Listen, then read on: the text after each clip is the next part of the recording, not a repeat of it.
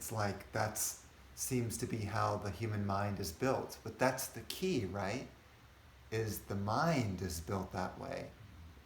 Like a computer, it's programmed to analyze life and think that way. But see, when the consciousness enters into this space, it's like another intelligence, like intelligence that has a more, we'll say, loving intuition and understanding of life. I'll give you an example. This is so. I was sitting outside the other day, the house that I'm living at, outside in the backyard, and I looked, and I was sitting in meditation. And many times I just go out there and do meditation. This time I opened my eyes and I was looking around, and I just looked at the tree right in front of me, and I said, "Mr. Tree, what do you need right now?" What do you need? What can I do for you? Do you need some help? Some normal person think he's gone off his rocker. And I was talking to the tree, and I just heard. But then I heard, oh, I'd like a bucket of water. I'd like a bucket of water. I'd like a drink, please. You know?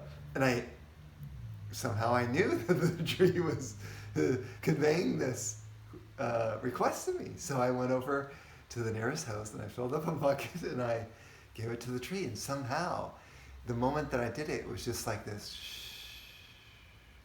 openness here. An openness, like it's an awareness, it's an energy that arises. So it's a different power. And so why not work with that sense more often? Because the more that you use that sense, the more you start to hear the words of the heart instead of all the chatter of the mind that wants things my way.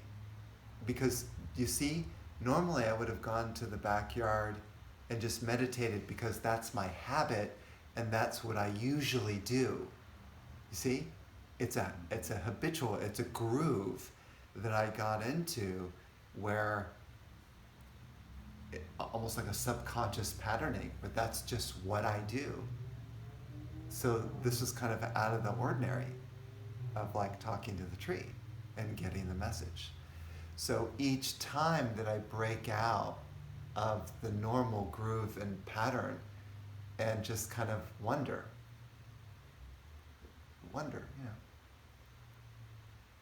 how is that bird feeling today? Something, some sort of communion with something that's not so much in my head. How does the grass feel today? And then asking the question with an open-ended answer. Meaning I'm not answering the grass. Oh, the grass, yeah, it must feel good today because it got some water. But rather, wait for an answer. And so every time I receive a little answer or a little sense of a return message, I increase my intuition.